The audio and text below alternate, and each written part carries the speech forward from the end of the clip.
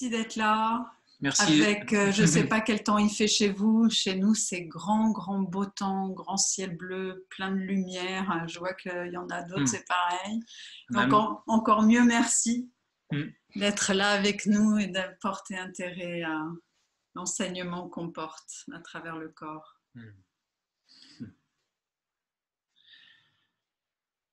Donc c'est bien agréable d'avoir ce système qui permet, merci encore une fois la technologie, c'est bien agréable d'avoir la possibilité de voir vos têtes et pas simplement de faire un live sur Facebook ou un système comme ça qui fait que quelque part on a quand même un peu d'interaction, même si là c'est nous qui parlons. Et si c'est plus... c'est un atelier, ça va être un atelier. C'est-à-dire qu'il y a une part, on va alterner des temps où on va exposer, expliquer des concepts, témoigner aussi de pourquoi ces concepts ont de la valeur pour nous et dans notre vie, et vous faire expérimenter des choses. Donc c'est pas comme les matinales dansées où vous aviez de la musique et on vous invitait à danser, ça va être principalement méditatif, de la visualisation, du ressenti, mais c'est le corps, c'est le dialogue avec le corps, c'est vraiment tout ce qu'on propose. Donc voilà, vous redire que le thème de cette conférence, c'était bien le discernement se passe dans le corps. Donc on va parler de corps et quelque part l'objectif qu'on se donne dans tout ce temps que nous allons passer ensemble, en fait, c'est vraiment d'installer cette conscience, vous transmettre aussi des outils, des moyens en fait pour que la clarté, le discernement que vous pouvez installer dans votre vie, ce soit de plus en plus clair pour vous qu'en effet ça passe par le corps et par un certain type de relation au corps. Toujours pour ceux qui utilisent Zoom pour la première fois, enfin ceux dont je doute parce que je crois que ça a tellement été répandu pendant le confinement que tout le monde doit être assez aisé là-dedans, mais au cas où, il y a plusieurs modes d'affichage. Soit vous choisissez le mode d'affichage où quand nous parlons, vous nous voyez en gros, mais il y a aussi un autre mode d'affichage où vous pouvez voir tous les autres visages et tout ça, ça se situe dans affichage en haut à droite du fond noir de l'écran. Voilà, donc vous pourrez expérimenter différentes façons de nous voir apparaître à l'écran si vous avez envie. Le thème de l'incertitude, évidemment, nous semble magnifiquement approprié, dans le sens où on est très en contact avec tout ce qui circule sur le web en ce moment, sur tout ce qui circule en positif et aussi en stress de les informations sur une certaine conspiration mondiale, sur la manière dont on peut contrôler les foules, les peuples et faire passer des vaccins un peu contre la volonté ou totalement contre la volonté. Je pense que vous êtes informés comme nous de multiples informations, parfois très stressantes, et il y a de quoi. Et parfois aussi très idéalistes sur tout ce que peut apporter comme changement un tel arrêt lié au confinement. Et on en est aussi conscient et on a aussi envie d'aller dans le sens de cet arrêt qui a amené beaucoup de bonnes choses au niveau de la nature, au niveau de l'écologie, au niveau de notre propre écologie, du ralentissement général que ça a pu amener dans nos vies et tous les bienfaits qui ont pu en découler. Donc il y a des très belles choses qui circulent aussi. Et tout ça pour vous dire que le thème du discernement paraît super approprié à une époque où on est envahi, complètement parfois bouleversé ou je dirais avec une vague d'informations qui nous submerge et dans laquelle c'est super important d'avoir des outils, le temps et d'avoir la rigueur de régulièrement revenir à soi. Comment faire que on se sente suffisamment ancré, enraciné, et comment faire pour que la sagesse de notre corps puisse nous aider en fait. Voilà, donc c'est là-dedans qu'on va naviguer. Donc le cadre, oui. Donc le cadre en fait dans lequel nous on compte vous emmener en fait est vraiment appuyé sur notre expérience, une expérience en fait que vous pouvez sûrement partager. C'est-à-dire qu'en fait on est tous soumis régulièrement à des situations où il faut qu'on fasse des choix, où on peut être en prise avec des situations où quelque part il y a des choses dont on n'arrive pas à sortir, ou des choix relationnels qu'on n'arrive pas à faire, ou des décisions qu'on ne peut pas mettre en place uniquement avec la tête. Donc le cadre dans lequel on vous emmène, en fait, c'est vraiment l'expérience que nous, on a de revenir au corps, de revenir au corps et de revenir encore au corps. Vous savez, quand on est assis, quand le cul est posé sur la chaise, la tête fonctionne beaucoup. Et le mental a cette faculté de regarder les choses sous un angle particulier, et on peut passer des jours et des jours et des heures à être dans une direction où en fait on peut par exemple focaliser, l'esprit humain est assez fort pour ça, sur des problèmes. Et ce sont des impasses en fait. Donc notre expérience vraiment répétée de nous, de la façon dont on accompagne les gens, en individuel, en collectif, c'est vraiment que le corps, le mouvement est la clé qui permet de faire basculer là-dedans, de faire basculer, vers autre chose, vers un autre type d'information que celle qu'on a avec la tête. Donc nous, progressivement, c'est devenu notre façon de fonctionner, ce qui n'empêche pas qu'on se prenne la tête aussi et qu'on ait tendance à tomber là-dedans, d'autant plus. Et donc, par exemple, non, je parle de moi, hein, bien sûr, mais que, par exemple, un atelier comme une conférence comme celle-ci, qu'est-ce qu'on a fait pour la préparer? Eh ben, on a commencé par danser. On a commencé par danser en suivant, en fait, pas simplement danser pour danser, mais danser en posant des questions. Et donc ce matin, enfin les jours précédents, mais particulièrement on a pris un temps ce matin pour préparer l'atelier, et plutôt que de se mettre assis côte à côte, de reprendre la théorie des 9 souffles pour savoir qu'est-ce que c'est que la discernante et pourquoi cet archétype, et ben nous avons dansé. Et dans le passé, on a l'expérience plusieurs fois d'avoir fait ça aussi pour des situations qui peuvent être des difficultés de relationnel, des difficultés vraiment profondes que nous rencontrons, et nous ne faisons que progresser dans l'expérience, de se rendre compte qu'à chaque fois qu'on rentre dans l'expérience du corps par le mouvement, nous avons accès à des informations auxquelles nous n'aurions pas pu penser. Je voudrais rajouter que le fait de danser, c'est pas magique en fait. C'est pas on danse alors on peut discerner. C'est le fait que danser est une manière de rendre plus visible, rendre plus accessible ce qui se passe à l'intérieur de nous. Donc danser, c'est un moyen d'accéder à rentrer, ressentir plus clairement l'interoception qu'il y a dans notre corps, qui est une fabuleuse qualité que nous avons et que nous sous-utilisons parce que nous pensons. C'est-à-dire que nous regardons et nous jugeons et nous évaluons si nous aimons pas, nous écoutons et nous jugeons et nous évaluons si c'est intéressant ou pas.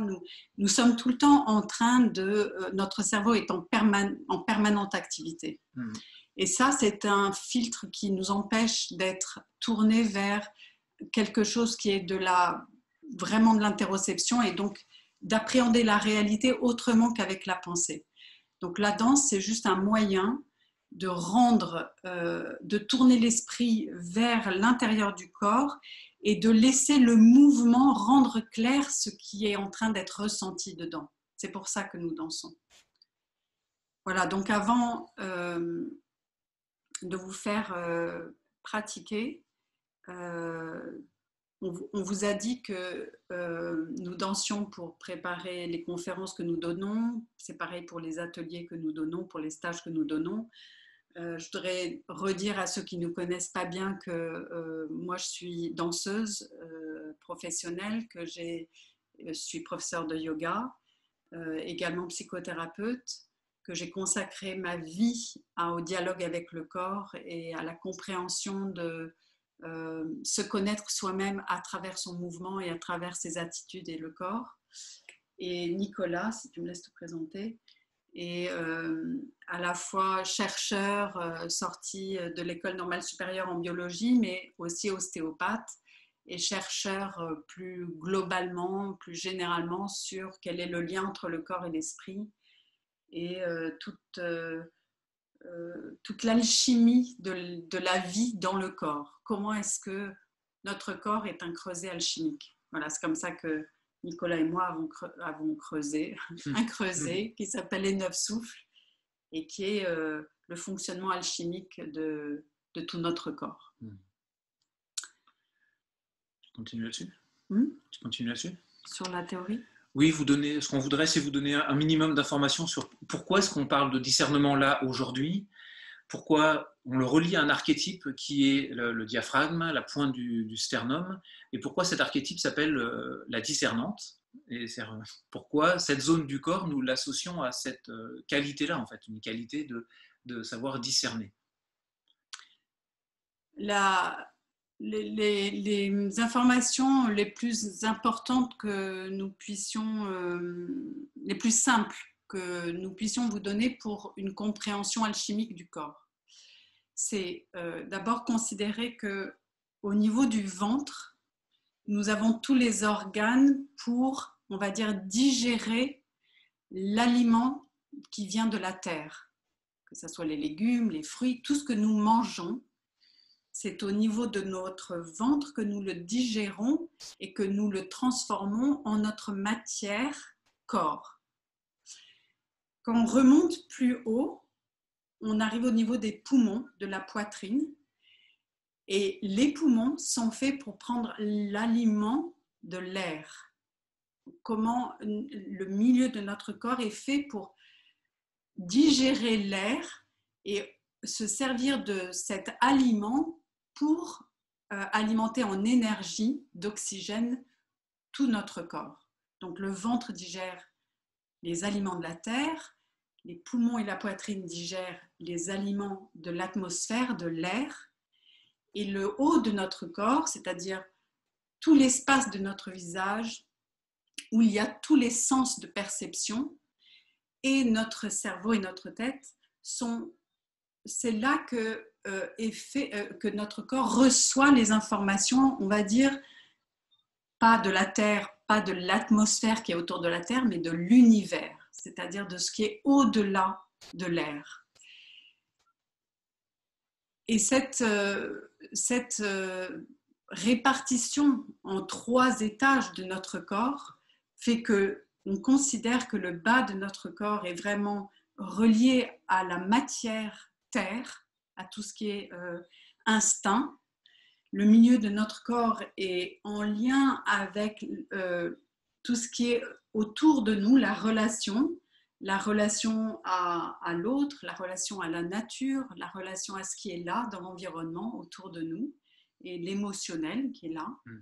Et le haut de notre corps est relié à l'invisible, c'est une dimension plus informationnelle, et relié aussi à l'ordre qu'il y a dans le cosmos. La discernante fait partie de cette zone de la poitrine qui est appelée globalement la nourrice pour nous. La zone du ventre est appelée l'enfant. Et la zone du visage est appelée l'instructeur. C'est-à-dire que la nourrice va avoir la fonction de nourrir l'enfant, c'est-à-dire la part en nous qui a besoin d'être veillée pour grandir, et ça, quel que soit notre âge. C'est aussi la part de l'innocence, la part de l'élan. La nourrice va allaiter d'air, allaiter d'oxygène cet enfant. L'instructeur ici va veiller sur le cadre de l'enfant, c'est-à-dire va discerner à sa façon, c'est pas là qu'est l'archétype de la discernante, mais le veigneur, l'instructeur, on va dire, qui est l'équivalent du professeur, du parent, va sélectionner qu'est-ce qui est bon ou pas bon pour notre enfant intérieur de se déployer. Donc je reviens à la zone de la nourrice. La discernante est la partie la plus fine de la nourrice, celle qui va devoir vraiment choisir qu'est-ce qui est bon dans la relation avec l'autre. C'est-à-dire qu'est-ce que nous pouvons discerner dans quelle est notre fonction de choix de ce qui nous fait du bien ou non dans la relation à l'autre, ou dans la relation aux autres, dans la relation à notre travail, dans la relation à une personne, ou à toute chose en fait, dans notre cadre relationnel. Donc, je peux rajouter une chose à ce sujet, c'est-à-dire qu'en fait, quand on parle habituellement de discernement, on pense à quelque chose d'assez mental. Et pour nous, c'est très intéressant d'avoir pu ramener cette notion de discernement à quelque chose qui est de l'ordre au niveau émotionnel. C'est la capacité à savoir qu'est-ce qui est réellement bon, c'est une sorte d'intelligence émotionnelle qui me permet de savoir quels sont les gens ou les situations ou les relations qui sont réellement bonnes pour moi. Quels sont les liens émotionnels qui sont vraiment bons pour moi. C'est-à-dire dans quoi, et l'émotion a un rapport avec l'engagement, c'est-à-dire dans quel genre d'engagement, c'est-à-dire l'engagement dans un lien, quel qu'il soit, humain ou situationnel, quel est l'engagement dans lequel je me mets qui me fait vraiment du bien. Et là, il y a une intelligence. Et on l'a placé à ce moment de l'année parce qu'on a associé les archétypes au cycle de l'année, d'accord ? Et il se trouve qu'en effet, ça tombe très bien par rapport à cette situation d'aujourd'hui.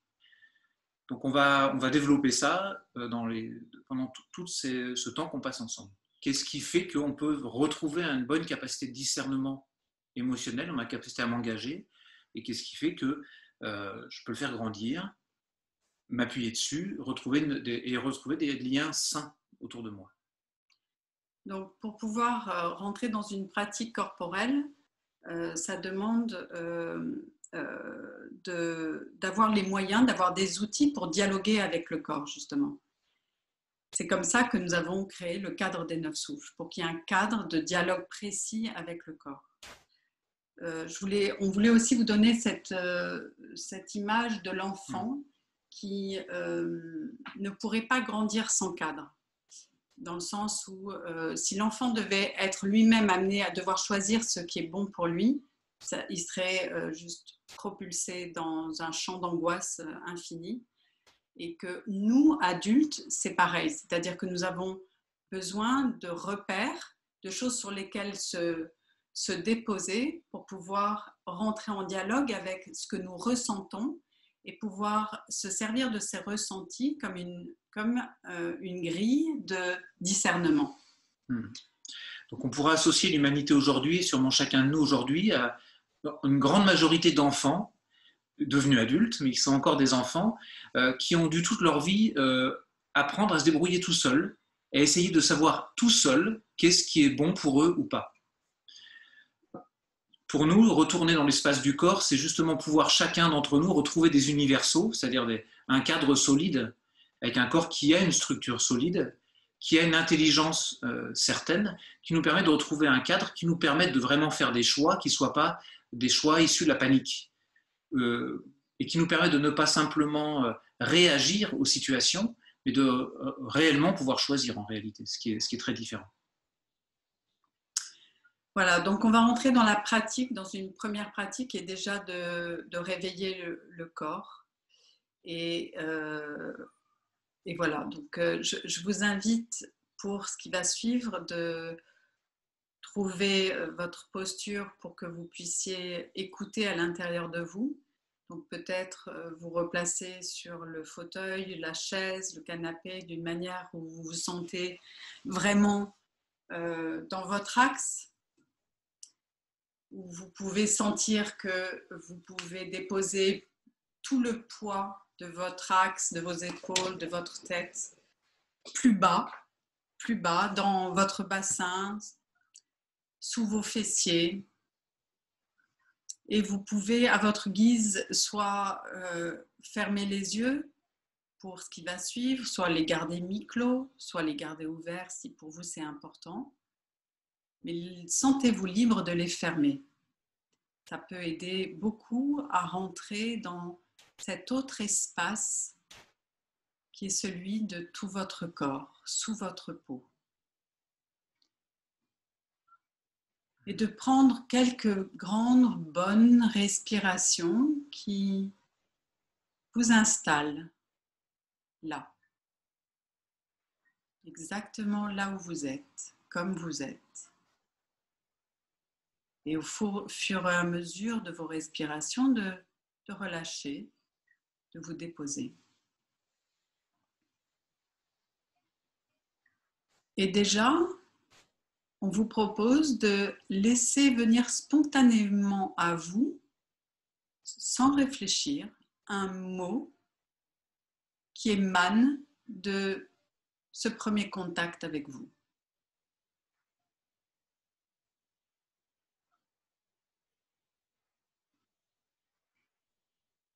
Et puis de laisser ce mot quelque part dans votre mémoire.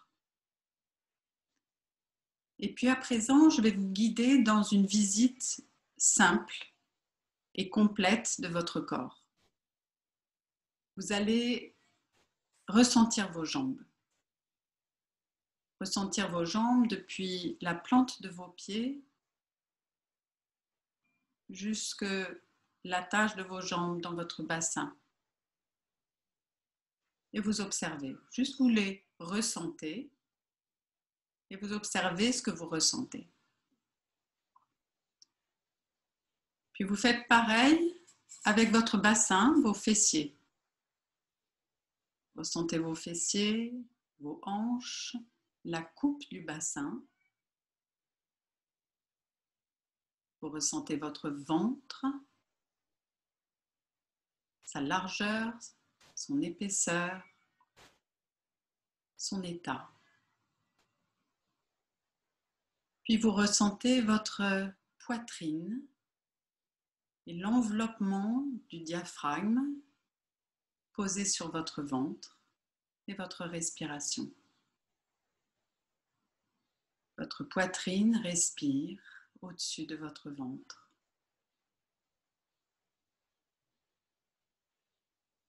Puis vous ressentez la largeur de votre poitrine, vos côtes qui s'ouvrent, redescendent avec la respiration. Puis tout le dos, votre dos en arrière, sa hauteur, sa largeur. Puis plus généralement votre colonne vertébrale depuis le coccyx jusqu'à votre fontanelle.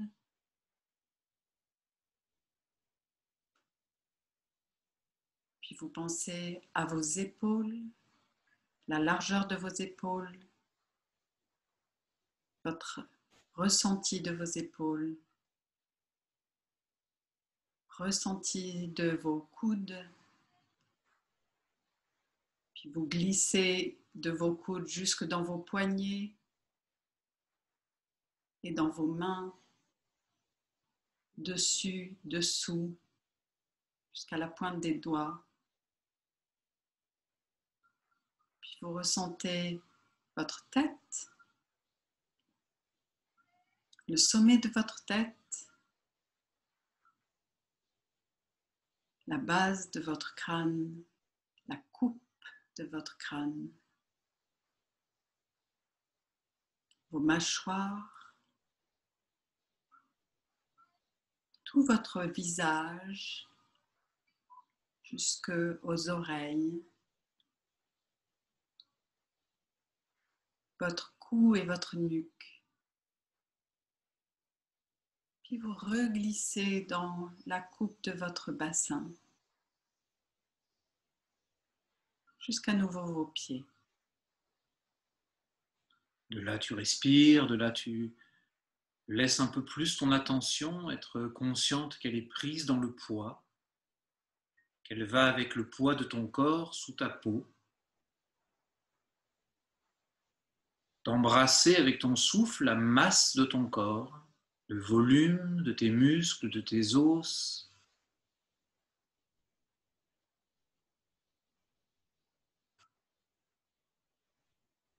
Et en intégrant que ce poids, que ce corps a un poids,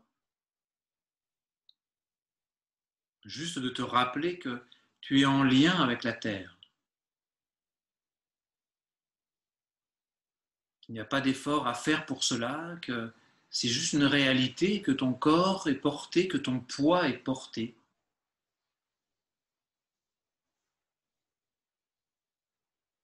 Et en faisant ça, c'est comme si tu pouvais laisser ton attention ouvrir cet espace, comme si la surface de la Terre était comme une fenêtre qui te permettait de percevoir l'immensité des choses qui se trouvent dans ce que l'on appelle ici le monde d'en bas, tout ce qui est sous la surface de la matière.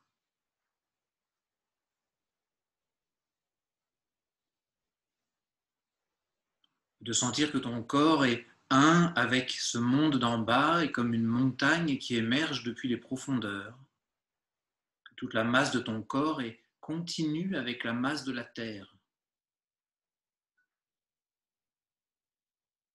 Et d'accueillir tout ce qui te vient dans ton imaginaire, dans tes sensations, qui te mettent en lien avec cette masse du monde d'en bas. C'est peut-être très vivant pour toi, peut-être très minéral, peut-être très chaud, ou rond ou angulaire. Nous avons chacun un lien particulier avec le monde d'en bas. Et de se détendre sur le fait que ton corps a cette intelligence de se connecter au monde d'en bas. Ton corps est une montagne qui se dresse dans l'air. De te rappeler que ton corps est enveloppé d'air, que ton corps et ta respiration caressent l'air de toute ta peau. Et avec ça, de ouvrir ta perception au fait que ton corps en entier est en relation avec tout ce que nous appelons ici le monde du milieu, qui est comme l'atmosphère qui enveloppe la Terre, tout cet environnement contenant.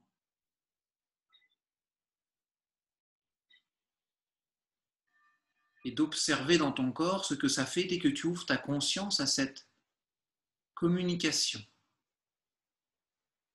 Ton corps communique avec ce monde du milieu et tout ce qu'il contient, tous les êtres vivants, tous les liens qui nous réunissent, cette terre que nous partageons.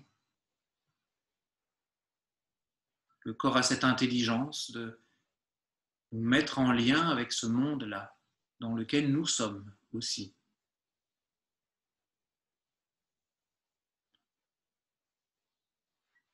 Et de respirer, de te détendre de nouveau dans ton poids, de te rappeler que au-dessus de toi, au-dessus de nous, au-delà de l'atmosphère, il y a cette immensité des étoiles, du ciel, du cosmos.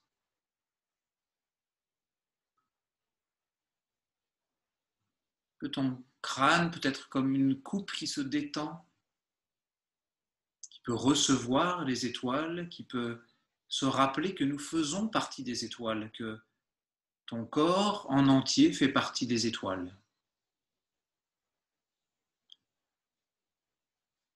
Et que ton corps échange en permanence de l'information avec ce monde d'en haut.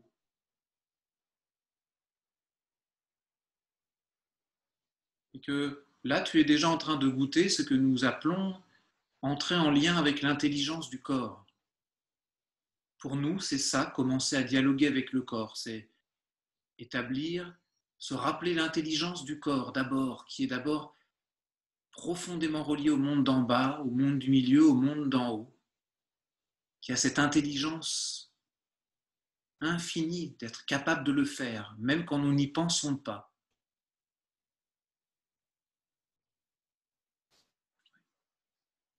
De sentir quand tu te rappelles de ça, où est-ce que ça résonne le plus dans ton corps. Peut-être que là, une zone du corps est présente, avec une sensation particulière. Peut-être que tu es plus en lien avec ton état, là, maintenant. Et dans ce que tu ressens là, que ce soit ton état global ou un endroit précis dans ton corps, il y a une qualité qui est là. Peut-être des images, peut-être une émotion. Et laisse ça devenir un mot. un autre mot qui monte. Laisse-le résonner un peu, comme pour le goûter, laisser la valeur de ce mot avec sa vibration, son sens, résonner dans ton corps. C'est à la fois un message de ton corps et une information pour ton corps. Et là encore, tu expérimentes ce que nous entendons par dialoguer avec le corps. C'est poser une question. Qu'est-ce qui se passe dans mon corps là maintenant? Et mon corps me répond en me donnant une sensation, une émotion, une image, un des trois ou les trois ensemble, un mot. Et je laisse résonner. Et je me rappelle aussi le premier mot qui m'est venu. Et je laisse entrer en lien l'un avec l'autre. Et de voir la différence, peut-être. Qu'est-ce que cette revisite du corps a ramené d'autre que ce premier mot? Peut-être c'est très différent, peut-être c'est juste un approfondissement, une coloration. Mais il y a forcément une autre dimension qui est venue après que tu sois revenu en contact avec tes perceptions intérieures. Donc avec ça, tu respires, tu laisses couler, tu fais confiance que le simple fait d'avoir écouté ton corps fait du bien.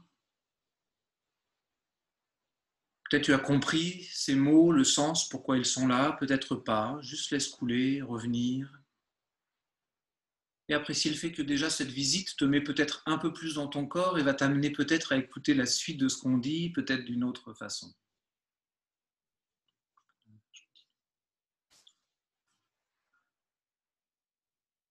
Donc la fonction de la discernante, qui est vraiment là dans ce webinaire, pourquoi est-ce qu'on parle de ça? C'est vraiment la capacité en nous, c'est-à-dire que c'est de retrouver le sens que nous avons en nous, la capacité de pouvoir répondre à cette question qui est: est-ce que cette situation ou cette personne ou cette relation est bonne, est vraiment bonne pour moi? Le vraiment bonne, c'est des questions qu'on peut vraiment être amené à se poser souvent. C'est-à-dire avoir cette clarté.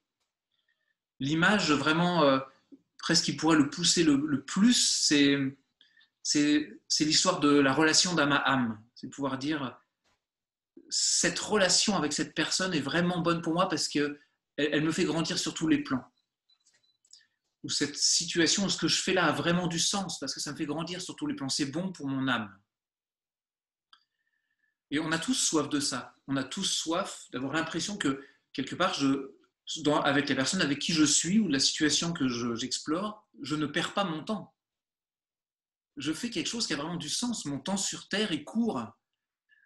Il n'est pas question que je m'engage dans des choses qui me font perdre mon temps. J'ai quelque chose à faire sur Terre, peut-être j'ai une mission particulière ou un don particulier à exprimer, et les liens que j'établis doivent aller dans ce sens. C'est une question légitime. Et l'inverse de cette clarté, évidemment, c'est ce qu'on appelle la confusion.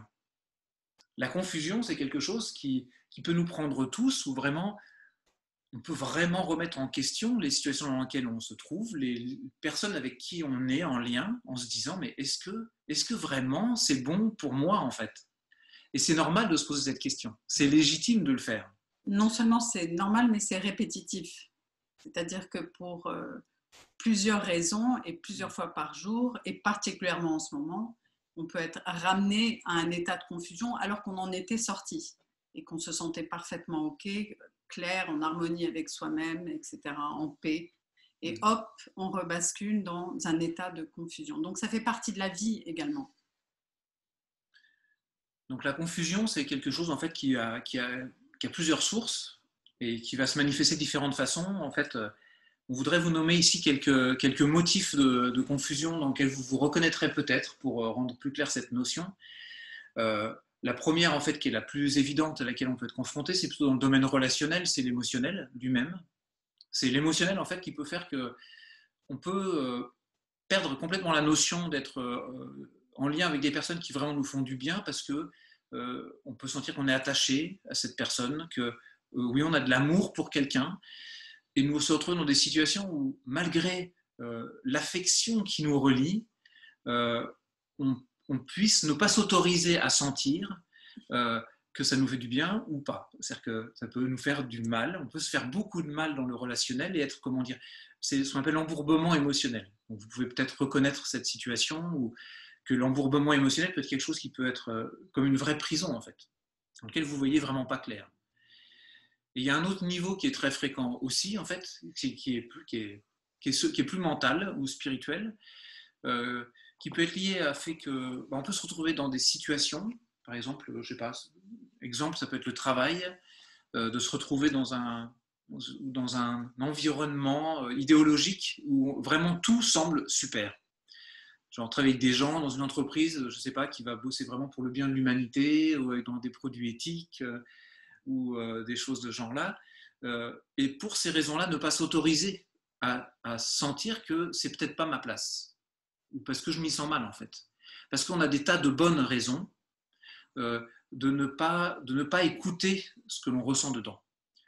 Donc ces deux niveaux en fait qui sont très compliqués parce qu'en fait notre mental nous crée plein de bonnes raisons qui vont remettre en question nos ressentis et qui vont prendre le pas sur nos ressentis. Et nos émotions, notre niveau émotionnel aussi fait la même chose. C'est-à-dire que notre niveau purement de l'émotionnalité nous met en position d'être confus dans nos ressentis.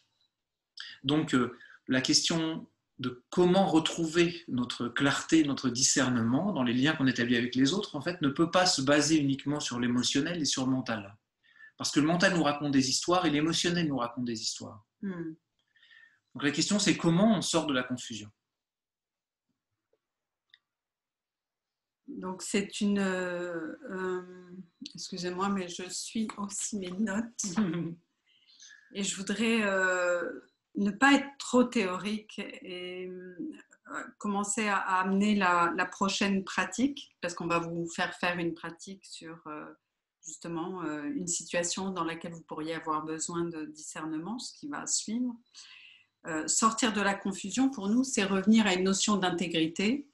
Et la notion d'intégrité, c'est un peu la question de base, quoi. C'est un peu quels sont mes besoins premiers que je dois honorer pour me sentir bien. L'intégrité, c'est quand j'arrive à assumer mes besoins de base. Donc, c'est sortir de la confusion, c'est retrouver cette notion de comment est-ce que je me sens là? Est-ce que je suis réellement en sécurité? Est-ce que je sens ce qui me soutient? Revenir à des choses basiques. Et pour nous, évidemment, revenir à des choses basiques comme est-ce que je peux sentir ce qui me soutient? C'est bien une notion de corps. Par exemple, entre une discussion qui va me prendre de l'énergie parce qu'il va y avoir un échange intellectuel entre moi, des amis, des pensées, et revenir dedans, respirer, ressentir ce qui me soutient sous mes fessiers, sous mes pieds, redescendre en fait, redescendre dans la matière permet cette sortie de la confusion. Je peux dire un mot plus à ce sujet. La notion d'intégrité, c'est une notion qui est très, très blessée dans nos sociétés. La notion d'intégrité, c'est pouvoir être capable de sentir si quelque chose me fait baisser en énergie ou quelque part me nourrit en énergie ou pourrait me nourrir en énergie. C'est-à-dire pourrait me faire grandir ou au contraire m'épuise. Là où l'émotionnel et le mental sont très peu doués pour nous le faire sentir en fait. Parce que cette capacité-là, nous l'avons uniquement dans le corps. C'est-à-dire que, paradoxalement, pour pouvoir être plus clair dans nos engagements émotionnels, qui est le propre du discernement, en fait, il faut descendre un cran plus bas.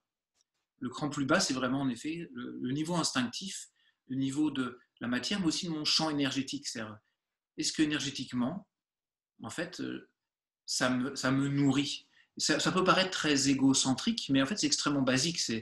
Est-ce que ma matière, mon ancrage, et préserver. Donc la notion revient sur la notion en effet de sécurité qui est extrêmement importante, quoi. Est-ce que tu peux donner un exemple? On va vous donner des exemples de nous, ce qui nous a aidés dans notre vie, dans des situations particulièrement importantes. Oui. Donc moi, quand on a évoqué ce thème avec vraiment ce ressenti fort que pour nous, vraiment la clé du discernement, c'était quelque chose qui était dans le ressenti. Je me souviens très bien d'une époque, il y a vraiment des années de ça, on habitait une maison super, au bord de la forêt, des milliers d'hectares de forêt. J'étais en train de faire mes études d'ostéopathie. J'avais trouvé un boulot intermédiaire où je vendais des trucs du porte-à-porte, mais pour vendre des choses qui avaient l'air bien, c'est-à-dire des trucs plus ou moins écologiques, quoi.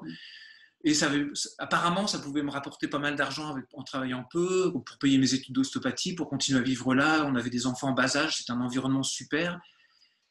Apparemment, ça allait bien, mais on sentait bien que ça allait pas du tout, en fait. Parce qu'en fait, on était dans la galère financière complète. Au niveau de l'intégrité, ça y était pas du tout, quoi.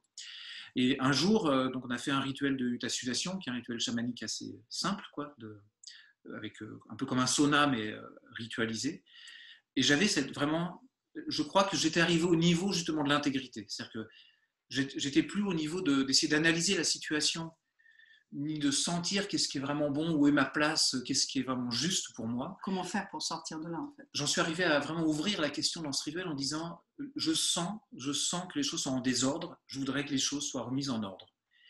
Alors, et c'est un exemple pour moi vraiment de descente dans la sécurité, parce qu'en fait, ce qui s'est passé, ça a été que dans les 2 semaines qui ont suivi, le travail que j'avais, en fait, s'est arrêté net.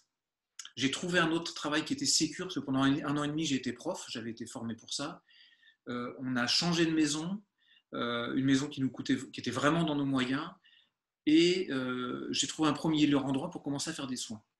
Et très vite, on a trouvé une salle pour commencer à donner des cours de danse.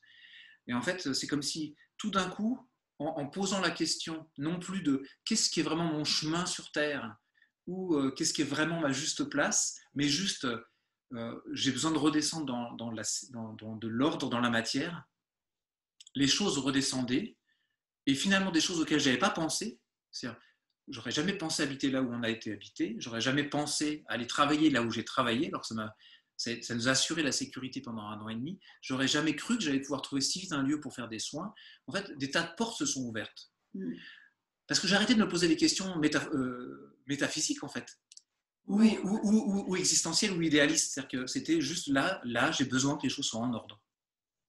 Oui, enfin, c'était une façon d'arrêter de poursuivre un idéal, en fait. C'est ça, c'est ce que je voulais dire. Oui. On était dans une situation qui ressemblait à un rêve et qui, en fait, était difficile à maintenir, en fait.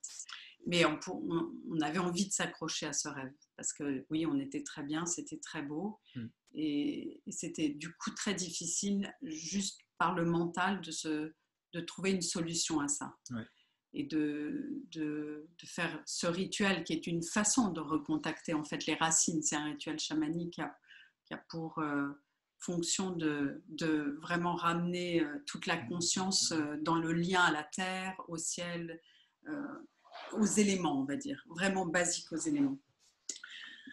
En tout cas, cet exemple était pour nous très fort dans le fait de voir que de changer de focus, c'est-à-dire de se remettre dans un focus d'intégrité, ouvre des portes auxquelles on ne pense pas. Et ça, c'est vraiment quelque part le message clé, en fait, dans ce questionnement qu'on peut avoir. L'autre exemple que j'avais envie de vous partager, c'est très récent, en fait. C'est la suite du confinement, en fait. Nous, à la fin du confinement, comme peut-être vous et comme peut-être beaucoup d'autres, nous sommes passés par une phase de... ça fait triste de revenir à une activité extérieure qui va faire que les voitures vont reprendre leur route, peut-être prochainement et assez rapidement les avions, la pollution va revenir, on va re-remplir nos agendas, on va re-remplir nos journées de déplacement. Bref, il y avait une forme de deuil et de questionnement sur qu'est-ce qui est intéressant après ce que nous avons vécu, et nous avons vécu peut-être aussi comme vous beaucoup de choses magnifiques et aussi beaucoup de choses très dures, comme si nous étions dans une loupe de nos fonctionnements et de nos problèmes relationnels, ou pas que les problèmes, mais je veux dire tout sous loupe en fait, avec une ouverture sur waouh, ça c'est quelque chose d'inattendu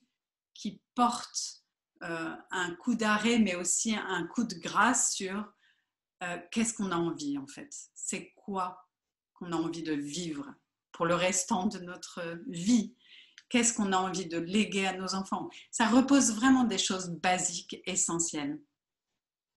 Donc on s'est octroyé 15 jours de rien.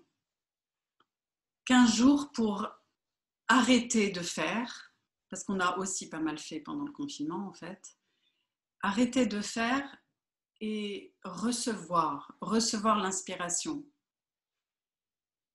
Et oui, ça a été un moment génial parce que plus d'obligations, encore moins d'obligations, encore plus de détente. Surtout les premiers jours, c'était magnifique.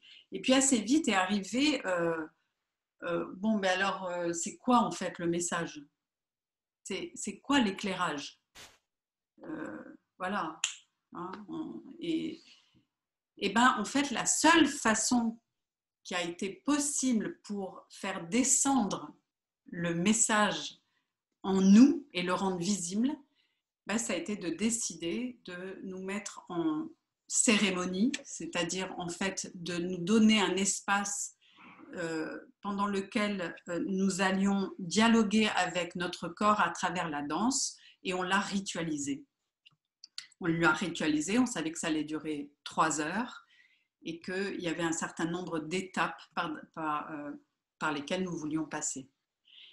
Et ça a été magique. Ça a été de nouveau l'expérience de la magie du corps. Et qu'est-ce qui s'est passé pendant... quelles ont été les étapes importantes de cette cérémonie pour nous? La première qui a été super importante, c'était, ok, d'abord, qu'est-ce qui nous soutient déjà aujourd'hui? Quels sont les éléments de notre vie sur lesquels on peut se sentir vraiment en capacité de se déposer? Qu'est-ce qui est soutenant dans ma vie? Et de le sentir dans le corps. Et de ressentir, par exemple, pour moi, ça a été de ressentir la présence forte de ce lieu où j'habite, qui m'a ramenée à, mais avant de rêver à un lieu de partage avec d'autres, ou de vie avec d'autres, ou un éco-village, comme nous avons en nous, nous portons tous les deux ce rêve, déjà de ressentir que oui, là où j'habite, ma maison, mon appartement, cette résidence, les arbres qui m'entourent, combien ils me soutiennent tous les jours. Alors que je peux ne pas y penser. Je peux l'oublier. Puis ça a été la présence des hommes dans ma vie. Moi, en tant que femme, de ressentir, waouh, je sens que la présence de mon homme, mais aussi d'un enseignant homme sur qui je sais que je peux compter, dont je sens que l'enseignement est vraiment comme une grosse pierre sur laquelle je pourrais me poser et m'abandonner. De ressentir des choses que je peux oublier et que j'oublie, en fait, que j'avais oublié. Je l'avais dans la pensée, mais mon corps m'a montré ça. C'est une ressource qui est déjà là et qui est un soutien quotidien pour toi. Quelles sont ces ressources qui sont déjà dans ta vie, qui sont vraiment des nourritures profondes, des soutiens profonds, qu'il est bon que tu te rappelles, parce que ça amène le corps, la conscience à se déposer et à reprendre une sensation de dépôt et de confiance et d'enracinement. Et c'est des ressources qui vont nous servir. Par exemple, dans la cérémonie, commencer par aller chercher ces ressources, ça a été le point de départ pour pouvoir ensuite aller poser des questions à notre corps. Donc au départ, c'était juste appeler à nous, comme on le fait dans les stages, comme on le fait avant tout processus important qu'on fait faire à travers le corps et la danse, on commence par appeler des ressources. Parce que sans énergie, on ne peut rien faire. La voiture va nulle part sans essence, le corps ne produit pas de conscience sans énergie. Donc on a commencé par se rappeler nos ressources. Mais ça a été presque, quand je reprends mes notes et quand je revois ce qui m'est venu à travers mon corps comme ressource que je pouvais honorer, en lui-même c'est un enseignement. J'aurais pu m'arrêter là et déjà avoir beaucoup d'informations pour ce que je pouvais continuer de faire dans ma vie. Par exemple, j'ai décidé de, tous les matins, remercier ces ressources. Parce qu'en les remerciant, je sais que je les active. Je sais que mon lien à elles se renforce et que donc j'ai plus d'énergie pour créer ma vie comme j'en ai envie, comme j'en ai besoin. Oui, je voudrais rajouter autre chose, c'est qu'on est parti aussi, on est passé par d'autres étapes et les deux principales autres étapes ont été que, tu m'as un petit peu coupé dans mon élan là, accepter ce qui ne me plaît pas dans ma vie, ouvrir l'espace de ça, j'en ai ras-le-bol. Ça, c'est quelque chose qui revient régulièrement dans ma vie et qui me fatigue. Et de donner un espace à ça. De ne pas chercher à faire mieux qu'eux ou de passer à autre chose sans regarder et accueillir ce qui grince en nous. Et d'ouvrir cet espace et de l'accueillir, c'est aussi le moyen d'accéder à de quoi j'ai besoin. Qu'est-ce que ce grincement, qu'est-ce que ce ras-le-bol me montre comme besoin que je n'écoute pas dans ma vie? Et moi, ça a été très clair. Moi, ça a été vraiment me remettre au centre. Quoi que je fasse, même si mon cœur est tourné vers enseigner les autres, partager mon savoir, faire expérimenter, donner ma médecine, le faire en ayant envie de donner, c'est une chose, mais le faire en prenant soin de moi, c'est tout à fait autre chose.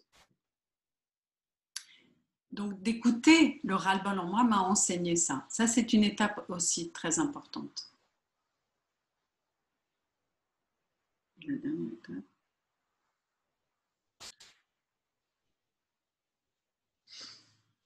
On a appris beaucoup de choses, en tout cas qui nous ramènent à cette notion vraiment d'intégrité d'une façon générale. Non, oui, excuse-moi. La dernière étape que je voulais dire, c'est on a donné un espace dans cette cérémonie à ressentir notre futur. Et ressentir le futur, c'était pas juste comme ça, dans la tête, qu'est-ce que je pense qui est bon. C'était vraiment redescendre dans le corps encore une fois et sentir, dans mon futur, c'est quoi ma relation à moi? Dans mon futur, c'est quoi ma relation à mon mari? Dans mon futur, c'est quoi ma relation à mon lieu de vie? Etc. On a passé comme ça plusieurs racines. C'est quoi ma relation aux autres, à ma communauté? Et c'est quoi ma relation à l'invisible, aux esprits et à la source, enfin? Et de tout ça est sorti vraiment l'enseignement que nous avons attendu de ces 15 jours d'arrêt. Mais sans cette expérimentation intérieure en mouvement du corps, nous n'aurions pas pu clarifier ce que ces 15 jours ou ce que cette période de confinement avait comme message pour nous, en fait. Voilà, donc ça, c'est vraiment notre propre expérience et notre propre confirmation que l'enseignement qu'on vous donne là, ce n'est pas juste la réalisation de l'alchimie du corps en théorie avec toutes les qualités que nous avons trouvées qui sont des qualités qu'on peut activer dans le corps, mais c'est vraiment comment nous faisons nos choix dans notre vie, nous deux, comment nous donnons des objectifs ou nous discernons les objectifs que nous voulons atteindre et comment y accéder. C'est aussi des questions que nous posons à notre corps. Quel est le prochain pas, par exemple? Voilà, donc maintenant, on va vous emmener dans la pratique. Donc de nouveau, fermez les yeux, c'est bien que vous vous reposiez. Rentrez dans votre corps, dans votre espace. On va vous reguider pour que vous retourniez dedans et vous emmener à expérimenter certaines choses qui ont trait au discernement et qui, nous l'espérons, vont vous aider à éclairer des aspects de votre vie où vous voulez mettre de la clarté, justement. Bien. Donc, à nouveau, sentez-vous porté par ce qui vous soutient par en dessous, sous vos fessiers, sous vos pieds. Et sentez-vous libre de changer de posture, de vous réaxer, de fermer vos yeux si vous en avez envie, si ça peut vous aider, de trouver l'appui en arrière de vous, en dessous de vous, et de prendre quelques respirations pour relaxer, vous déposer, lâcher le poids du corps, le laisser descendre vers la terre. Laissez les inspires vous ouvrir au ciel. Et revenir dans l'espace intérieur, dans l'espace d'enseignement de votre corps. Et comme je viens de vous le nommer pour nous, notre expérience pendant cette cérémonie de danse, vous allez vous, à travers vos sensations, à travers votre corps, et aussi associé à votre imaginaire, à votre imagination, vous allez laisser venir à vous ce qui vous soutient en ce moment dans votre vie. Les ressources qui sont déjà là et qui peuvent se rappeler à vous à travers vos perceptions. Toutes vos perceptions, c'est-à-dire votre corps peut vous parler clairement de ces ressources que vous appréciez, qui sont bonnes pour vous et qui sont déjà dans votre vie. Que ce soit des personnes, que ce soit des éléments de la nature, que ce soit votre lieu de vie,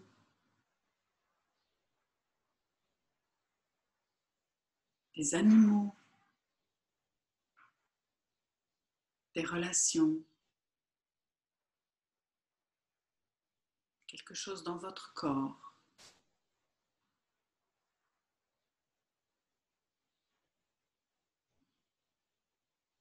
Et si vous avez envie de laisser votre corps bouger un petit peu, de faire de la place à ces sensations, à ces ressources qui vous apparaissent à travers votre corps et dans votre conscience, reliées à votre corps, sentez-vous libre pour accueillir vraiment de plus en plus complètement ces ressources qui sont déjà là dans votre vie.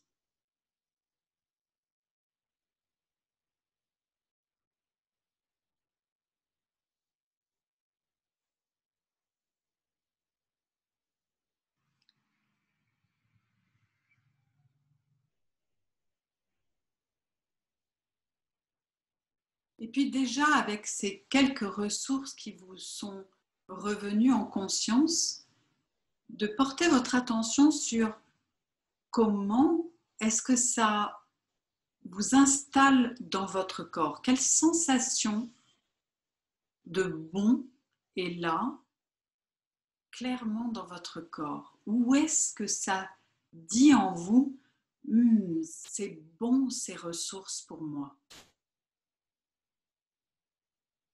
C'est une bonne chose que je sens comment dans mon corps? Comment je sens que c'est bon pour moi?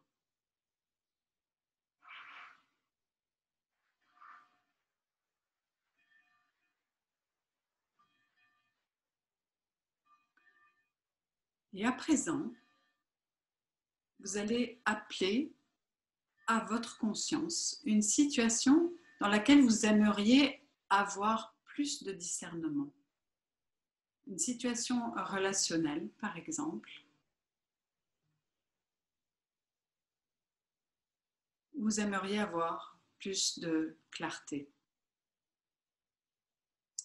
Prenez le temps de vous installer dans cette relation à une situation, à une personne, à des personnes, comme ça vient.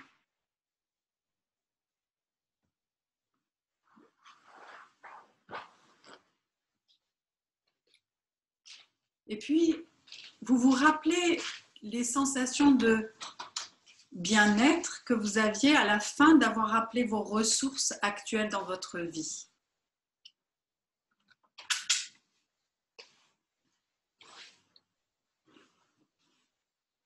Et regardez à nouveau, quand vous vous remettez dans la situation relationnelle qui demande éclairage, qu'est-ce qui se passe dans votre corps? Est-ce qu'il y a une perte de bien-être? Est-ce qu'il y a quelque chose qui diminue en vous ou sort de votre axe ou se dégonfle ou pas? Ou au contraire, est-ce que cette sensation de bon augmente, s'amplifie, s'active, vibre?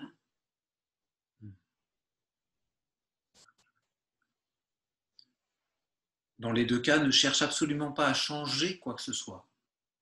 C'est important que tu puisses juste accueillir, sans même en tirer de conclusion, simplement l'évolution de la sensation qui est là. Tu te relis à cette situation, cette personne. Est-ce que tu peux dire que ça te renforce, ça te nourrit, ça te restructure, ou est-ce qu'au contraire, ça te fait baisser en énergie? Et puis tu vas introduire une autre question dans ce système, dans ce ressenti. C'est de quoi est-ce que j'aurais besoin dans cette situation pour qu'elle soit encore plus nourrissante ou qu'elle le devienne? Ou si ce n'est pas possible, pour que je puisse lâcher cette situation, cette relation. De quoi est-ce que j'ai besoin dans cette situation pour qu'elle soit encore plus nourrissante ou qu'elle devienne nourrissante ou que je puisse avoir les ressources de lâcher cette relation. Et observe vraiment dans tes sensations. Ce n'est pas une question mentale, c'est une question que tu laisses résonner dans ton corps, comme un écho dans ton corps. Ça fait quelque chose dans tes sensations, dans ton système de ton corps, dans tes os, dans tes muscles.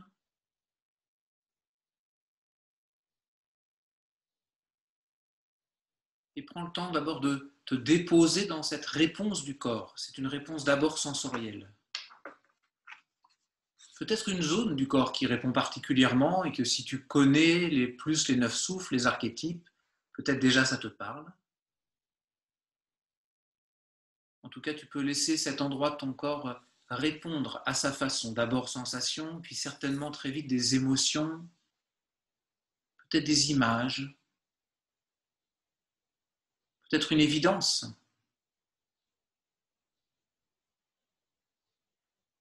Peut-être une envie de mouvement, et cette envie de mouvement ou ce geste qui vient est une réponse.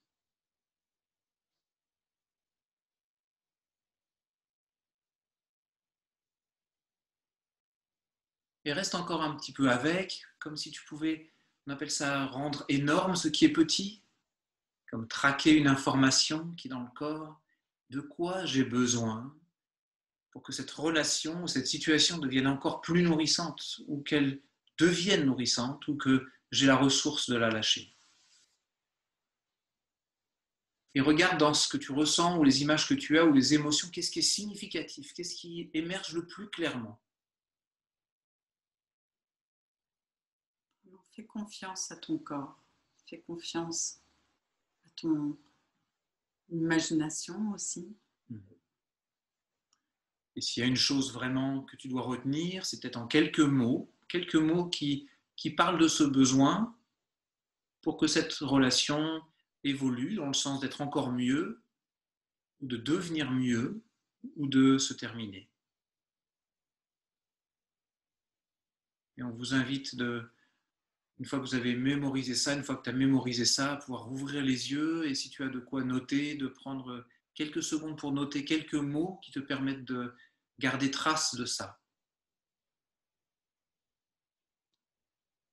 Une relation en particulier ou une situation qui t'est montée spontanément dans la méditation, qui est venue là se placer. Et ton corps t'a donné des informations déjà sur de quoi tu as besoin.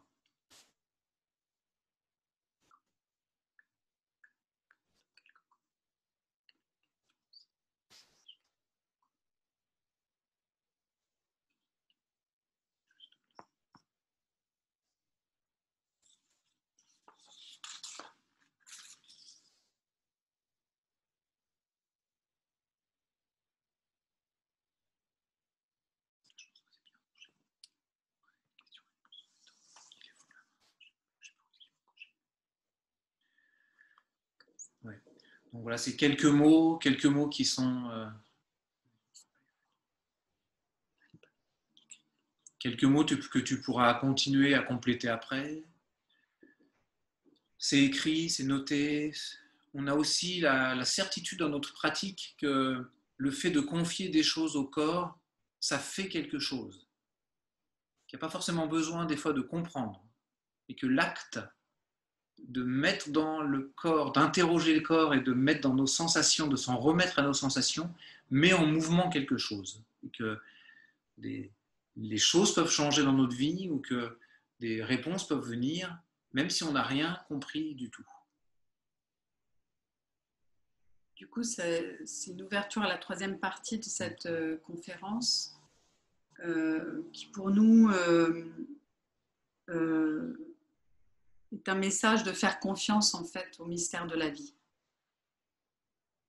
En fait, depuis qu'on enseigne, on a vu des centaines de personnes découvrir à travers leur corps des choses inimaginables, enfin des pans de leur histoire, des pans de leur être qu'ils n'avaient pas en conscience, juste par le simple fait de retourner la pensée, de retourner la conscience vers ce qui est infiniment subtil, fin, sensible dans le corps de chacun de nous, en fait. Notre immense sensibilité qui est complètement sous-estimée et sous-écoutée, ou alors qui est considérée comme un boulet parce que on est tellement sensible qu'on pleure tout le temps ou qu'on est débordé par les émotions, etc. Mais c'est rarement considéré comme faisant partie du mystère de la vie, c'est-à-dire de pouvoir aussi ne pas être si attaché au résultat de cette introspection intérieure, que ça fait partie du flot de la vie, que de revenir régulièrement à l'intérieur, d'avoir des questions, surtout d'avoir cette qualité de reprendre l'habitude de retourner à l'intérieur, ressentir ce qui se passe dedans. Tout, je dirais, tout au long de la journée, en fait. Le message, c'est faire confiance au mystère de la vie aussi pour le discernement. C'est-à-dire que ce n'est pas toujours possible de contrôler, d'avoir la main sur qu'est-ce qui va se passer dans notre vie ou qu'est-ce qui est bon pour nous. Il y a une part qui appartient à notre responsabilité, qui est celle qu'on vient de vous faire faire. C'est-à-dire comment est-ce que je peux revenir dedans, écouter dedans. Ça, c'est notre responsabilité. Mais il y a une autre part qui est la force de la vie, qui est l'immensité dans laquelle nous habitons, l'immense puissance de vie qui est là depuis 4 milliards d'années et qui va continuer au-delà de nous et qui nous traverse en permanence. Et celle-là, elle est au-delà de notre contrôle. Et elle est plus dans notre capacité à nous rendre à elle, à nous redonner au flux de la vie et à son mystère, qui nous dépasse complètement. Et c'est un autre aspect de la pratique qui pour nous est comme comment est-ce que je peux reconnecter en moi ou réouvrir en moi l'espace de la vie qui pulse, qui me traverse et qui va à son rythme, à sa direction, à sa façon me faire m'éclore d'une manière que je n'ai pas forcément en contrôle, mais qui œuvre en moi tout le temps comme ça œuvre dans la nature, comme ça œuvre partout. Ce qu'on est en train de vous partager là est extrêmement important dans notre société qui est très culpabilisante. Une éducation qui est très culpabilisante, souvent parce qu'il y a un côté très patriarcal, très exigeant sur la notion de réussite et de contrôle. C'est-à-dire qu'en fait, il y a cette image que quelqu'un de bien et qui réussit, c'est quelqu'un qui fait des choix conscients, qui sait ce qu'il fait, qui est une personne responsable. Et c'est très énormément castrateur et exigeant et dur, parce qu'en réalité, comme nous ne sommes finalement, notre conscience n'est qu'une toute petite croûte de notre être. Finalement, la question n'est pas tellement d'avoir toujours raison, c'est comme s'il fallait toujours avoir raison, ou pouvoir justifier la raison de nos actes. Ce qui est extrêmement paralysant, parce que du coup, c'est comme si l'emphase mise sur faire des bons choix, même quand on est dans une démarche d'ouverture, on va dire, spirituelle ou de développement personnel ou même d'humilité, il y a cette tension culturelle qui est est-ce que je suis vraiment sur mon chemin de vie, par exemple? Est-ce que je suis vraiment en train d'accomplir vraiment le meilleur de moi-même? Ouh là là, et derrière, c'est ouh là là, est-ce que cette espèce de juge qui est quelque part va pas être en train de trouver que je fais n'importe quoi? Et on a de toute façon toujours ce juge en nous, un moment, enfin, ce juge qui dit je fais n'importe quoi se réactive très souvent. Donc quelque part, le message qu'on est en train de passer, qui nous paraît très important en termes de pouvoir faire de choix, c'est de restaurer en soi la capacité de faire de choix, c'est que l'important n'est pas d'avoir raison, l'important est d'être vivant. Et être vivant, quelque part, nous sommes vivants, mais c'est comme l'a dit Anena, de s'en remettre à la vie. Donc, plus vous faites ce chemin de réécouter le corps, d'offrir vos questions, de poser même les doutes que vous avez à quelque chose de plus grand que vous, finalement, quelque part, plus la vie est contente. Si vous vous placez du point de vue, je ne sais pas, d'un œil bienveillant qui vous poserait sur vous son regard depuis le ciel, il serait tellement content de vous voir trébucher comme un enfant, faire des tas d'erreurs, vous tromper et vous tromper encore, mais y aller, quoi, y aller. Par contre, il serait extrêmement triste de vous voir bloqué sur votre chaise à écrire sans arrêt ou à vous tenir la tête pour essayer de savoir qu'est-ce qu'il faut que vous fassiez sans jamais rien faire. Donc cette notion de discernement qu'on a abordé de différentes façons dans cette conférence, on souhaitait vraiment terminer là-dessus, parce qu'en fait, la culpabilisation et l'exigence, en fait, est pour nous un des poisons les plus importants, en fait, qu'il peut y avoir sur le fait d'être capable, finalement, réellement, de faire des choix qui vont dans le sens de la vie. Donc ça revient à dire accepter comme l'enfant qui apprend à marcher et qui se fiche complètement, en fait, du nombre de fois où il est tombé, en fait. Ça fait complètement partie de l'apprentissage qu'on a tous fait quand on a appris à marcher, c'est qu'à aucun moment on a cédé sur le fait que ah ben zut, on est tombé. Non, on a recommencé et recommencé et recommencé. Et c'est ça en fait aussi la vie et le discernement. C'est aussi de dire c'est pas grave, je peux faire un choix et me tromper. J'ai cru sentir en moi que c'était la direction et hop, quand je l'ai pris, ça a tout de suite dit non. Et c'est génial. Et c'est génial parce qu'il y a toujours cette capacité de réajustement qui est exactement l'apprentissage de comment fonctionne tout notre apprentissage avec le corps, en fait. Donc, toujours de ramener cette vitalité, quoi. C'est ça. D'abord, pouvoir discerner, c'est ramener de la vitalité en soi. Donc on aurait pu commencer la conférence par ça. On a hésité à commencer par ça. Mais on trouve que c'est une jolie façon de terminer. Et on veut vous inviter de nouveau à rentrer dans la pratique. On va vous guider dans une pratique qui est quelque part la base, les fondamentaux de comment, à chaque étape des questionnements qu'on pose au corps, des étapes d'alchimie, de transformation, de rencontre de ce qui est là, finalement, on repasse toujours par cette étape fondamentale. Donc l'invitation, c'est peut-être tout de suite que vous refermiez les yeux, que vous vous reposiez là où vous êtes. C'est la dernière pratique. Et ensuite, on vous donnera la parole pour ceux qui veulent poser des questions ou faire des commentaires. Donc les yeux fermés, ressentir dans le corps, comme vous l'avez fait il y a quelques instants avant. En réalité, vous pouvez expérimenter que c'est très rapide. Il suffit que je retourne mon attention vers dedans, que je me rappelle que j'ai un volume corporel, que j'ai de l'espace sous la peau, que mon corps est...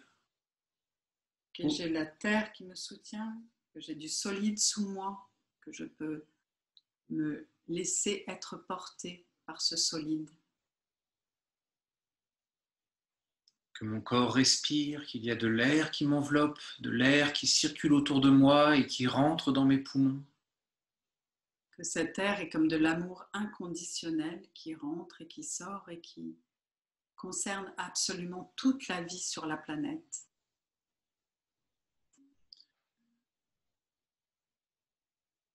Et qu'il y a un espace immense au-dessus de moi, dont je fais partie aussi, cette immensité du cosmos, de tout ce qui est organisé dans le cosmos précisément. De ce fabuleux ordre cosmique, cette danse immense des étoiles, immense et précise et fine. Et dedans tout ça, de te rappeler que tu as ce corps, ta présence dans ce corps qui est là entre terre et ciel, qui baigne dans l'air, et d'ouvrir l'espace à accepter, à ressentir qu'il y a des zones de toi qui ne savent pas, qui ont des doutes, qui sont dans la confusion, que tu es certainement bourré de questions sans réponse. Et tu ouvres ça non pas pour lister les questions sans réponse, mais pour sentir dans ton corps l'empreinte, peut-être des crispations, peut-être des tensions, peut-être des zones vibrantes, d'accueillir que dans ton corps, il y a tous ces doutes, ces questions sans réponse. Ces envies de réponse. Et surtout ne pas chercher à leur donner de réponse, ne chercher même pas à les détendre. Accueillir le fait qu'il y a peut-être quelque chose qui se manifeste peut-être comme une tension, comme un inconfort, comme un manque de sol. Et à l'inverse, comme si tu pouvais prendre un très léger recul par rapport à ça, de prendre tout de suite la posture comme si tu pouvais accueillir ça, envelopper ça, respirer ça, comme si ça c'était une sculpture à l'intérieur de toi, une sculpture qui est une forme d'énergie pleine de tous ces inconforts, de ces questions, de ces envies de réponse. Et tu l'enveloppes de ton souffle. Tu dis oui à cet état-là. Tu dis oui au fait qu'en toi, il y ait tellement de questions sans réponse, tellement de doutes.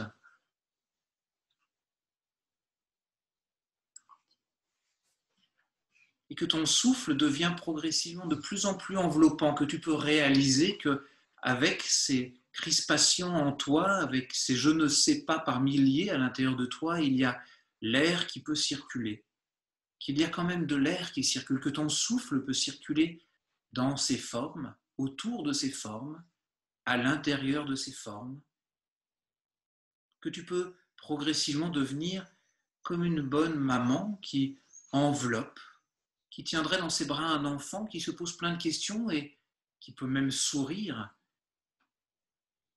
parce qu'elle a confiance, qui sait que l'enfant se prend la tête, que peut-être il souffre, mais que c'est pas grave.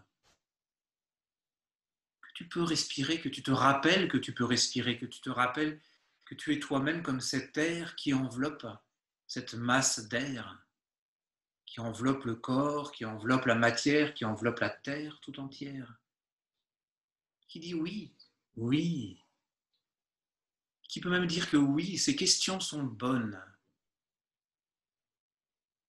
et surtout qui ne cherche pas à forcer cette tension interne, à se détendre comme une bonne mère ne cherche pas du tout à ce que l'enfant qui souffre aille bien. Elle sait qu'elle a surtout sa fonction de dire oui, d'accueillir, j'ai confiance, je suis là, c'est bien.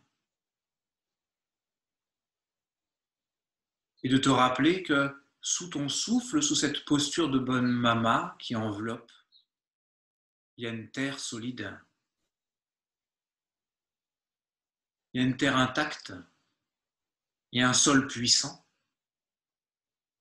il y a une matière incroyablement immense, dense comme les roches souterraines, qu'il y a des sources par milliers qui surgissent de la terre, qu'il y a une puissance phénoménale dans la terre, des laves qui se déplacent, des plaques tectoniques. Des océans intérieurs. Ah. Que tu n'as pas d'effort à faire, que depuis cette posture de bonne maman, tu sais très bien que tous tes doutes, toutes tes questions sont déjà en train de trouver des réponses dans cette terre immense. Que le lien se fait, qu'il n'y a pas à le forcer, qu'il n'y a rien à faire, qu'il y a cette nature intacte dans la matière, dans la terre, dans les laves, les sources.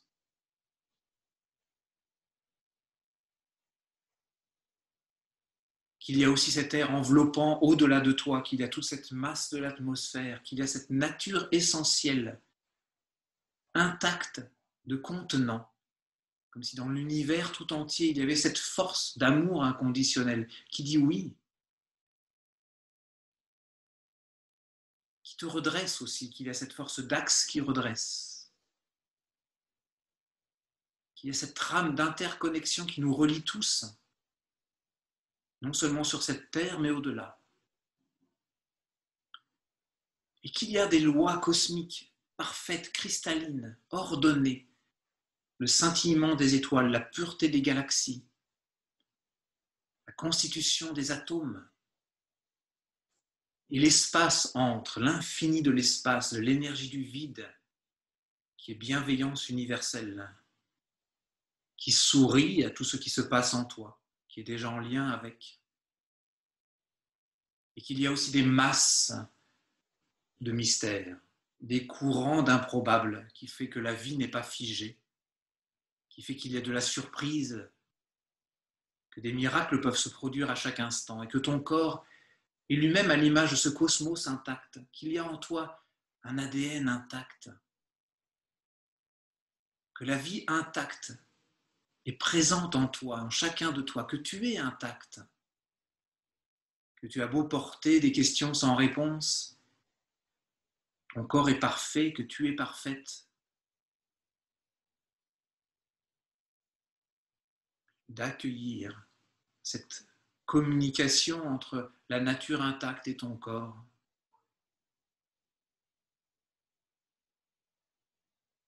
De garder l'empreinte de ça, de laisser couler vers ça, de lâcher ce que tu peux lâcher, pas plus, pas moins.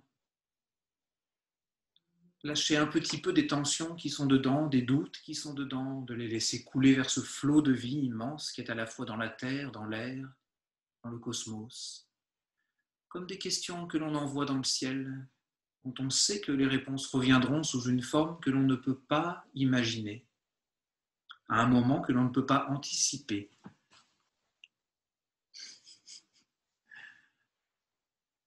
Et de vous remercier d'avoir ça, d'être capable de percevoir tout ça, de vous remercier, de ressentir, d'être dans le ressenti.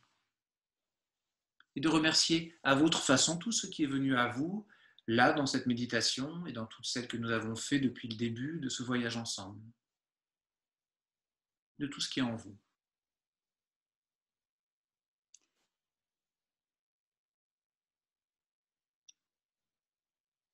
Nous vous proposons, si certaines veulent dire quelque chose, de vous servir du petit icône converser et d'écrire d'éventuelles questions si vous en avez. Pas une main qui peut se lever à un endroit. Ou une main se lever, sauf qu'il y en a pas mal qui ne sont pas avec image. Donc, si vous avez l'image, si votre vidéo fonctionne, vous pouvez lever la main, on peut vous donner la parole. Je crois que quand vous cliquez sur converser, il y a un moyen de lever une main verte qui apparaît. C'est peut-être un peu compliqué. En tout cas, la parole est ouverte, soit pour des témoignages, soit pour des questions. Et que si vous voulez partir, parce que c'est assez, sentez-vous libre aussi.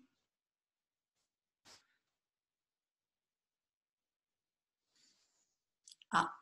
C'est au revoir ou c'est pour parler?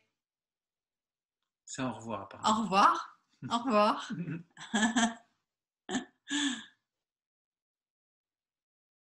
Merci d'avoir été là.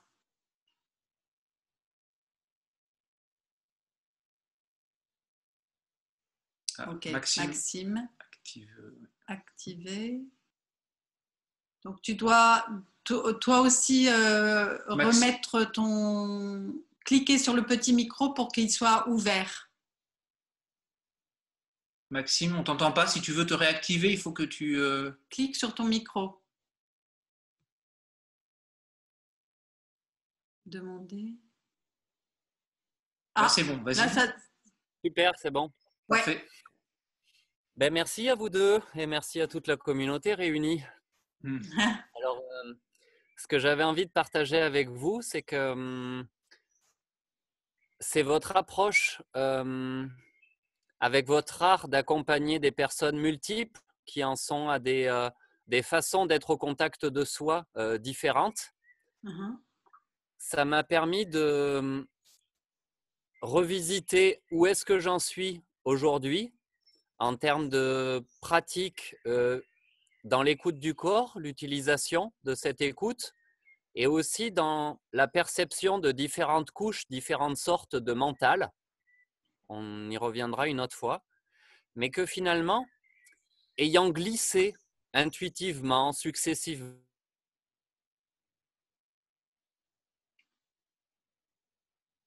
on t'entend plus en fait. Ça a glissé intuitivement, successivement et ça s'est arrêté. Ah, c'est revenu. Ça y est, ça revient. Oui. Ok, c'est ma connexion Internet qui était moins bonne à ce moment-là, on dirait. Bon, il y a de quoi en rire. Pour vous dire que c'était précieux de voir comment est-ce que vous amenez ça pour des personnes qui n'ont pas encore découvert ou redécouvert ce contact avec notre multidimensionnalité de la vie, d'écouter les synchronicités en utilisant tous nos capteurs. Voilà. Et de réenchanter quelque chose qui peut être très complexe. Et quand on cherche à l'appréhender avec le mental, si on restait sur une forme simple, ça ferait bugger en fait, ça mettrait en charge mentale. C'est quelque chose qui est revenu souvent avec des personnes dans lesquelles nous étions en coopération. Et quand on commençait à appréhender la complexité, ils disaient on se retrouve vite en charge mentale. Ce qu'il y a, c'est qu'ils n'ont pas les outils et puis la présence, la qualité de présence à soi-même, de savoir quoi faire de cette charge mentale. Ouais. Et du coup, ça empêche que la coopération puisse passer à un stade suivant, puisqu'en fait, cette charge mentale, elle fait stagner, elle fait plafonner dans un certain type de pensée. Voilà. Et vous apportez quelque chose de précieux. Oui. C'est pour ça que dans les traditions des peuples qu'on dit premiers, des peuples traditionnels, le fait d'agir ensemble est très important. Ils ne font pas que parler, mais ils construisent, ils œuvrent ensemble. Et les animaux, quand ils sont pas en charge mentale, parce qu'ils sont tout le temps en train d'équilibrer par le mouvement, les tremblements, ils se mettent à courir ou au contraire à se coucher à terre. Voilà, donc on est aussi des animaux, mais on n'est pas éduqué à se comporter d'une manière animale, mais ça fait partie de nos savoir-faire et être. Mais toujours présent dans notre corps. je te remercie de renommer en effet qu'on apporte des outils. En effet, c'est notre recherche de développer vraiment des technologies quelque part de dialogue avec le corps qui inclut en effet cette mise en corps, quoi. Oh, merci. Ah oh. Est-ce que quelqu'un d'autre veut partager ou poser une question?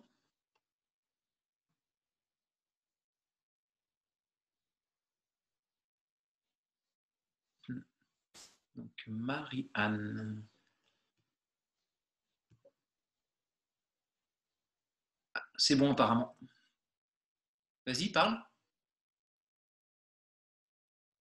Très touchée par votre approche. Parle un peu plus fort. Un peu plus fort. Oui. Je suis très touchée par votre approche que je rejoins de par mon expérience aussi.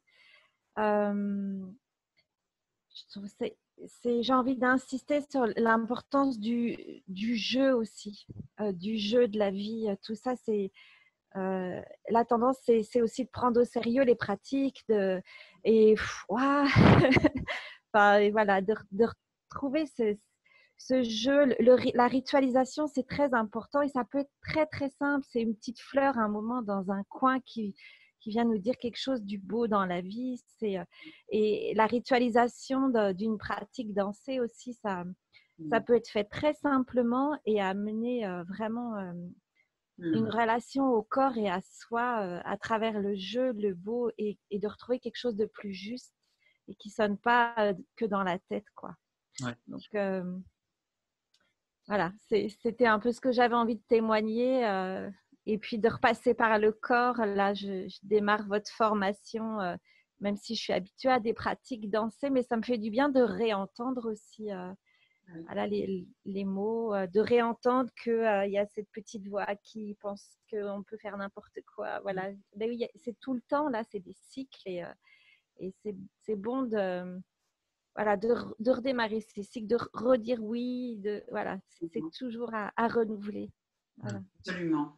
C'est vraiment comme une autre école, quoi. Oui. Notre apprentissage, c'est réapprendre en fait qui nous sommes et comment nous fonctionnons. Ouais. Merci beaucoup. Merci à vous. Merci d'avoir mis le mot ritualisation. Et je. Parce qu'en fait, la ritualisation, pour moi, c'est ce qui permet, le rituel, c'est ce qui permet de focaliser l'attention. C'est ce qui permet de donner une direction à notre attention pour qu'on soit de nouveau en lien avec le cours de la vie d'une façon précise, orientée. Et le rituel, en effet, dans nos cultures, a pris un sens très pompeux, très comme si c'était la cérémonie en elle-même qui était importante. On en oublie que c'est fonctionnel, que c'est une fonction. Donc en effet, ça n'a pas besoin d'être forcément même visible à l'extérieur pour que ce soit ritualisé. Et pour nous, c'est très important que les choses soient ritualisées, parce que c'est là qu'elles prennent vie et que ça sort des... C'est le seul moyen pour nous de sortir des trucs qui tournent en rond, toujours dans le même disque, quoi. Les rituels, c'est des ouvertures qui font que notre mental fait « Oh, il y a ça. Oh, il y a ça. Oh, il y a ça. » Et qui ne fait pas que tourner dans son hypnose, en fait. Oui, puis ça peut être en effet, en tout cas nous, le dernier qu'on a fait, on a été surpris par la dimension du jeu, justement. On se posait beaucoup de questions très importantes, comme bon, comment est-ce qu'on fait est-ce que vraiment on se met à vivre à la campagne avec une autonomie alimentaire, un éco-village, etc. Enfin, des choses qui demandent beaucoup d'implication et qui parlent de rêves à réaliser, de choses comme ça. Et en fait, on s'est retrouvé avec tellement de joie, tellement de facilité, de jeu, de vivance en fait qui est réémergée parce qu'on avait posé ce cadre précis avec des étapes précises et c'est ça qui permet que le flot de la vie peut passer, quoi. Quand le cadre est précis et clair, alors là il peut se passer vraiment quelque chose d'enseignant et qui n'a rien à voir avec du sérieux, qui est vraiment de la vie, quoi. Et je crois que pour discerner un des indicateurs que le choix est juste, c'est la joie, justement, vraiment d'éprouver la joie. ça vient dire quelque chose de, oui, du vivant et que oui, c'est ça dans le moment présent qui a besoin de se vivre, quoi. Oui, c'est vrai, il y a la joie, mais ça peut passer par des cris, ça peut passer par des larmes, et c'est aussi très important. Et c'est aussi Oui. très important. C'est la vie aussi. Mm. En tout cas, merci beaucoup. Merci. Voilà, quelques autres peut-être témoignages ou... Oui, Être aligné Fabien. avec soi. Fabienne Barberou. Mais lui, c'est lui qui veut parler. Ok. On écoute. Alors déjà, merci beaucoup pour ce jeu des souffles et tout le... Pardon, j'essaie de me rapprocher pour parler plus fort. Merci beaucoup pour cette conférence et puis pour les ateliers qui sont vraiment qui me touchent beaucoup. Le discernement, moi, me touche d'un point de vue corps, avec mon oreille, qui est aussi le discernement de la parole. À partir du moment où je suis malentendant, je vais avoir un discernement qui est l'ensemble de l'information qui arrive en fait, de la parole va être hachée, pas forcément toujours très clair. Donc après, c'est aussi une capacité de recevoir l'information, d'écoute du corps, et comment je peux moi discerner quelque chose qui n'est pas toujours discernable et en faire quelque chose qui reçoit, pas être que dans la victimisation de dire regarde, j'entends pas, ça me touche bien. Et vous entendez là ou pas? Oui, mais on doit faire un effort, c'est pas très. C'est nous les malentendants là. Et comme ça trouve bien, et du coup, ça peut faire tourner aussi tout ce qui est la mentalisation. Je ne sais pas comment l'exprimer, mais en fait. Comment tu as vécu ça? Comment tu as vécu ça? Comment je l'ai vécu? Oui, la conférence et les pratiques. Pour toi, comment tu l'as vécu finalement? Moi, j'ai l'impression que je ne me suis pas attaché justement à la parole, uniquement en ressenti en fait, du corps. Pendant toute façon, j'étais un peu crevé, j'avais tendance à m'endormir. Mais moi, je l'ai vécu, ça m'a vraiment permis de redescendre mon corps, de vraiment sentir et d'accueillir vraiment ce que je n'arrivais pas moi à accueillir dans mon corps et d'ouvrir cet espace-là pour ouvrir en fait l'accueil inconditionnel, justement des concepts qui m'ont vu, des questions pour lesquelles je n'ai pas de réponse. Donc, il y a aussi, alors après au niveau de l'audition, je ne sais pas, mais au niveau de l'audition, je ne sais pas, mais ça t'a fait du bien? Pardon? Est-ce que ça t'a fait du bien? Ouais, moi ça me fait du bien. Alors, comme on t'entend assez mal, on va pas. Mais moi, je crois que l'idée quand même est un peu été captée, mais c'est. On a observé pas mal de fois, par exemple dans des situations de témoignage mutuel, que des personnes en fait étaient en mesure, sans avoir entendu justement ce que disait une autre personne, de pouvoir juste en s'appuyant sur leur ressenti, la capter, avoir un témoignage de l'autre qui soit extrêmement juste, même à distance, même sans se voir, etc. Donc il y a des choses qu'on expérimente nous, même dans des séances des fois qu'on fait à distance avec des gens, en fait, que en s'appuyant sur notre ressenti, on peut vraiment dire des choses qui peuvent vraiment toucher, être très justes. En effet, c'est vrai que la capacité de notre corps à entendre, quels que soient les filtres qu'on ait de perception, en fait, s'avère d'une justesse impressionnante à partir du moment où on apprend à leur faire confiance, en fait. C'est là, comme le disait Marianne, que c'est une répétition qui fait que ça devient de plus en plus naturel et on peut se sentir de plus en plus légitime de le faire. Et aussi parce que le langage du corps n'est jamais un langage qui dit la vérité. C'est jamais un langage qui affirme les choses sont comme ci ou comme ça. C'est un langage qui a la qualité d'être beaucoup plus poétique, beaucoup plus sensible. Donc, il ouvre en fait une forme de vérité qui est beaucoup plus ronde ou vaste que des mots qui disent la vérité pointue. Donc, le langage du corps n'est pas le langage habituel du mental. C'est aussi pour ça qu'il a cette qualité d'une autre forme de vérité, quoi. Merci.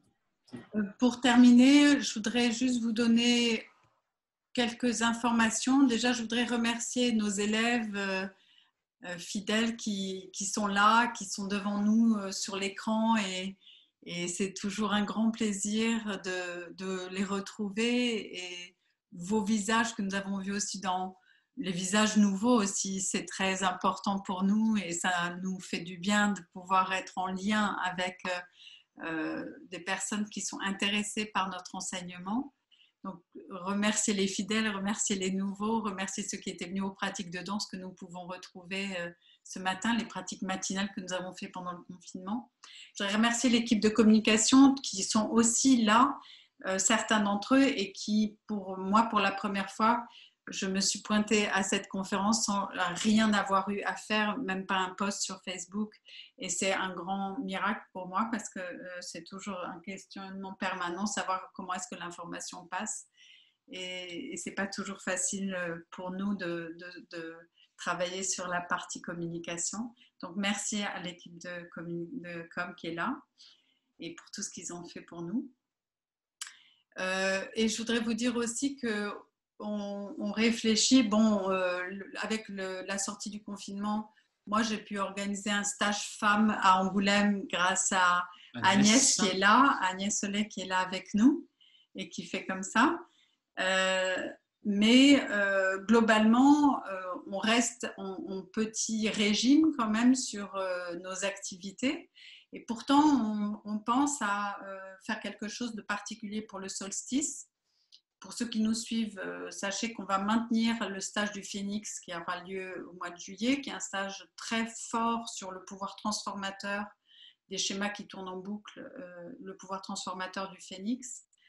On a un parcours personnel qui est un parcours initiatique qui dure entre 9 mois et 2 ans, qui va démarrer en août, parce qu'il devait démarrer en mars et ça a été reporté en août. Du coup, il y a des nouveaux qui peuvent rentrer, mais je crois qu'il y a 4 places qui restent. Et autour du solstice de juin, on va vous proposer quelque chose où vous inviter à rejoindre une cérémonie dansée qui aura lieu sur le web, dont l'idée est de participer à travers ça, non seulement par nos danses, à prier pour la Terre et tout ce que nous voulons qui arrive sur la Terre aujourd'hui, mais aussi à participer financièrement pour soutenir les peuples d'Amazonie à préserver leurs forêts que nous considérons comme les poumons de la planète et aussi une réserve de vie qui est la vie, comme disait Nicolas, que tu n'as pas dit, intacte, c'est-à-dire la vie sauvage, ouais.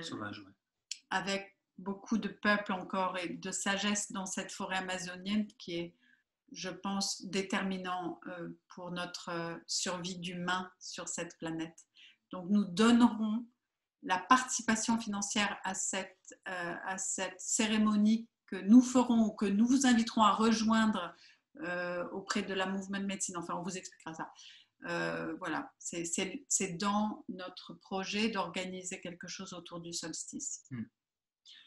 Donc, restez à l'écoute de notre page Facebook et de notre newsletter aussi que vous allez recevoir parce que vous avez donné votre mail. Nous vous remercions, nous vous souhaitons une bonne soirée. Essayez de décanter ce que vous avez reçu d'intéressant pour vous. Et à bientôt. Merci. Merci.